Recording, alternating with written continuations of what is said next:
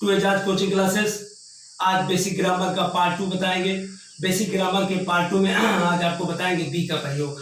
B का प्रयोग आज अब आपको बताएंगे। ग्रामर में बी का प्रयोग बहुत ही इंपॉर्टेंट है और आपने आज तक तरह तरह के लोग टीचरों से सबसे तरह तरह से सुना है। तो ये बी होता है क्या है? बी का मतलब होता है होना, यानी किसी चीज का होना बी का मतलब होता है। तो बी को जो इन्होंने बांटा है एस एम आर वाज भर में बांटा है, फिर बी में बांट देते हैं, बी में बांट देते हैं, बी का प्रयोग है। तो आज हम आपको बताएंगे इस एम आर और वाज भर का प्रयोग। इसका प्रयोग ग्रामर में दो प्रकार से किया जाता है, एक बाय हेल्पिंग वर्ब के द्वारा किया जाता है और दूसरा बाय लिंकिंग वर्ब या मेन वर्ब के द्वारा इसका किया जाता है। लिंकिंग वर्ब होगा तो ऑब्जेक्ट होगा, यानी कि मेन वर्ब के द्वारा किया जाएगा, और दूसरा जो होगा हेल्पिंग वर्ब के द्वारा इसका किया जाएगा।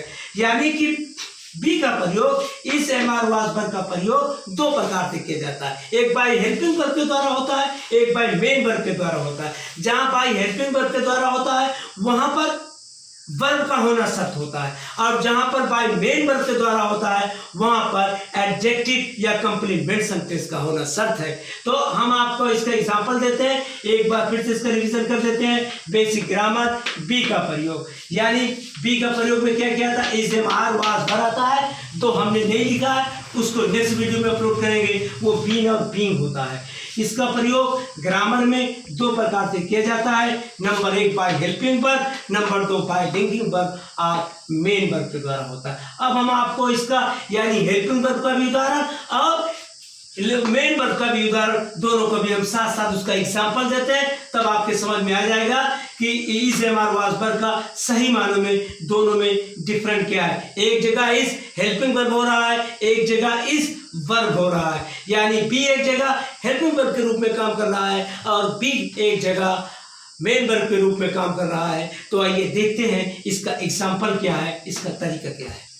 बी का प्रयोग एग्जांपल नंबर 1 हमने आपको बताया था कि बी में is am are was verb, be और बी आते हैं, इनका प्रयोग कहाँ होता है। तो आज हमने आपको इस एम आर और वाज वर्ब का प्रयोग हमने आपको बताया कि इस एम आर और वाज वर्ब का जो प्रयोग होता है वो दो तरह से होता है, एक बाय हेल्पिंग वर्ब के रूप में होता है और बाय मेन वर्ब के रूप में होता है। तो आइए एग्जांपल में इसको देखते हैं कि बाय हेल्पिंग वर्ब में जब इसका प्रयोग करते हैं तो इसका रोल्स क्या होता है, और बाय मेन वर्ब में या बाय लिंकिंग वर्ब में जब इसका हम प्रयोग करते हैं तो इसका प्रयोग क्या होता है। दोनों को देखने के बाद यहाँ पे हमने लिखा he is a good boy और यहाँ पे मैंने लिखा he is going to school. दोनों सेंटेंस में डिफरेंट क्या है, दोनों सेंटेंस में इसमें इस हेल्पिंग वर्ब इस मेन वर्ब के रूप में, इसमें इस हेल्पिंग वर्ब के रूप में, तो इसमें इस मेन वर्ब के रूप में क्यों है, इसमें इस हेल्पिंग वर्ब के रूप में क्यों है, इस दोनों सेंटेंस का डिस्कस करेंगे। जब आप किसी दो सेंटेंस को समझ जाएंगे तो इसके सामने इसके साथ ही आप जितने भी एग्जांपल देखोगे, जितने भी आपको एग्जांपल समझ में आएंगे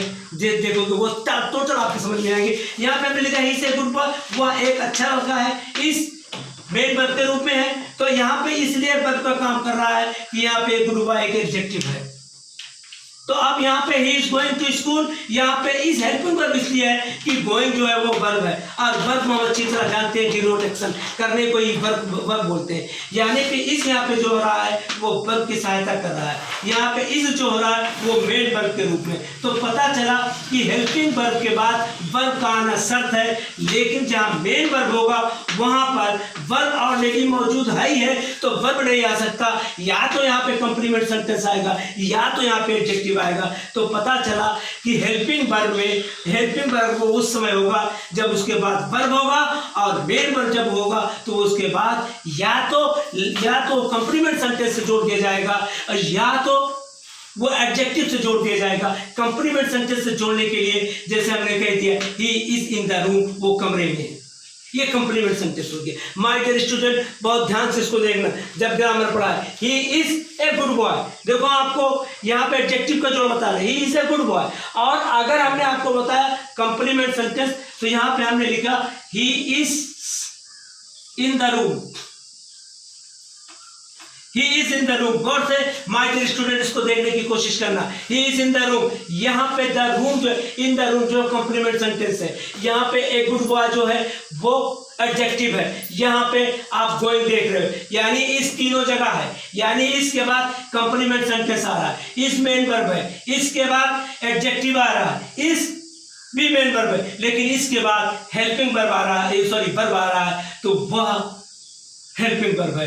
यानी कि आप समझ में आ गया कि इस एम आर या वाज वर्ब के बाद अगर एडजेक्टिव या कंप्लीमेंट सेंटेंस आता है तो वह बी में is am are was verb main verb होगा।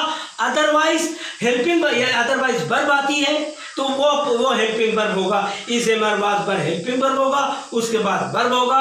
अदरवाइज उस सेंटेंस में एडजेक्टिव या कंप्लीमेंट सेंटेंस आ रहा माय डियर स्टूडेंट, तो वहां पे is am are was verb main verb होगा। हम आपको बोर्ड पे समझा देते हैं, जैसे he is a good boy, यहाँ पे इज मेन वर्ब है, एडजेक्टिव है। He is going to school, यहाँ पे इज हेल्पिंग वर्ब है, यहाँ पे वर्ब है। She was singing a song, यहाँ पे वाज हेल्पिंग वर्ब है, ये वर्ब है। She was a doctor, was यहाँ पे मेन वर्ब है, यहाँ एडजेक्टिव है। I am calling you my dear student, यहाँ पे एम हेल्पिंग वर्ब है, यहाँ पे वर्ब है। I am a smart student, यहाँ पे एडजेक्टिव है, यहाँ पे एम मेन वर्ब है। तो बहुत आसानी से दो वर्डों में आपको समझाने की कोशिश कर रहे हैं। अगर माय डियर स्टूडेंट इसके बाद यानी इसके बाद is am are was verb के बाद अगर वर्ब आता है तो is am are was verb helping verb होता है। अगर is am are was verb के बाद एडजेक्टिव या कंप्लीमेंट सेंटेंस आता है तो is am are was verb my dear student main verb होता है। आज हमने आपको बता दिया, समझने की कोशिश करना, that's all my dear student. आज बहुत ध्यान से समझने की कोशिश करना, जैसे ग्रामर पढ़ा रहे हैं वैसे पढ़ोगे तो मेरी तरह तुम भी एक ग्रामरिस्ट बन जाओगे। That's all.